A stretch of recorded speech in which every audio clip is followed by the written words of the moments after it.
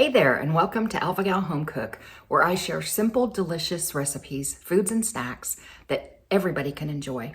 The beauty of it is they are all Alphagal free, use simple everyday ingredients, and don't break the bank.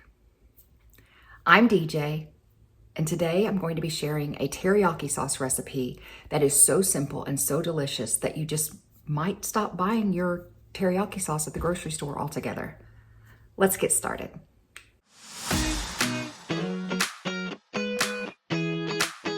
First things first, let's review the ingredients. I am going to be using some coconut aminos rather than soy sauce, but if you have soy sauce and you don't have any issues with gluten, or you have a gluten-free soy sauce, you can use that instead. Brown sugar, rice vinegar, you can also use apple cider vinegar, and I'm going to be using garlic from a jar from my refrigerator, but if you would prefer to use fresh garlic, you can do that as well. We will need some type of sesame oil, powdered ginger, cornstarch, and we'll need water.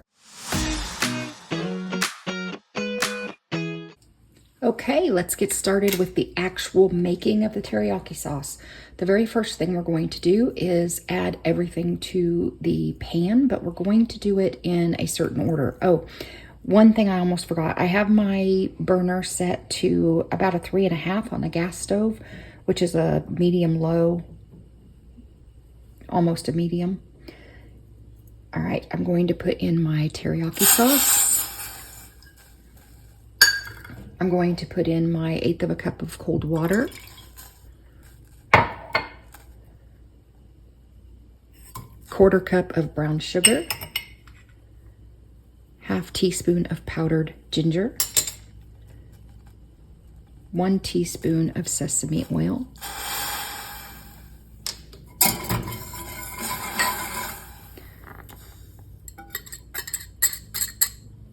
1 healthy teaspoon or 2 cloves of garlic. I'm going to try not to make too much noise with the whisk here. Here I was trying to explain that I did have a plastic whisk, but it broke yesterday. The words just weren't coming out. And now I'm going to add the cornstarch.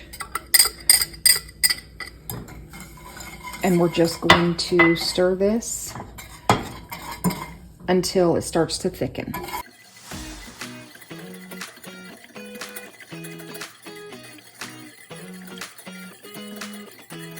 You'll see some things floating. When I first ever made this sauce, I was concerned that the cornstarch was clumping up a little bit, but it's actually just the garlic, so you can ignore it.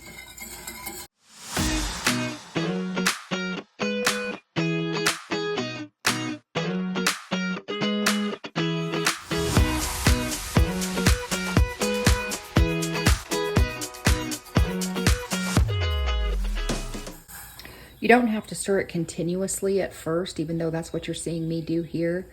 But you do want to keep a really good eye on it, because if you'll notice now, there are little bubbles all around the outside edge of the liquid in the pan. And as it starts to get hotter now, it's going to thicken fairly quickly.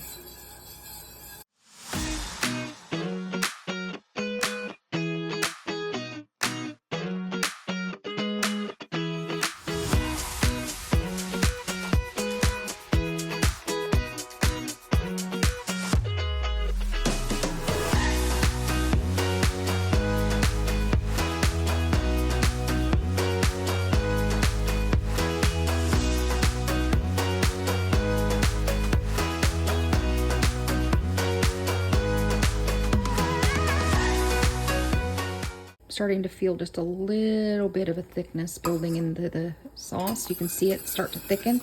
I'm going to turn, at this point, I'm going to turn off the burner. And I'm going to remove it from the burner.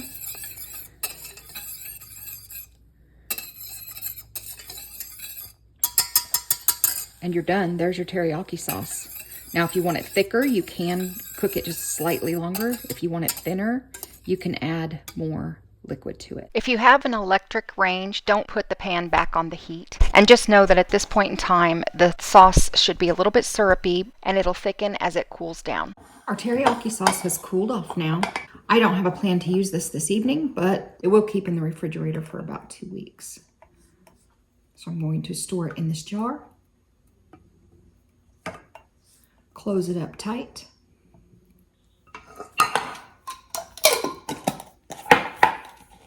And it's ready when I need it.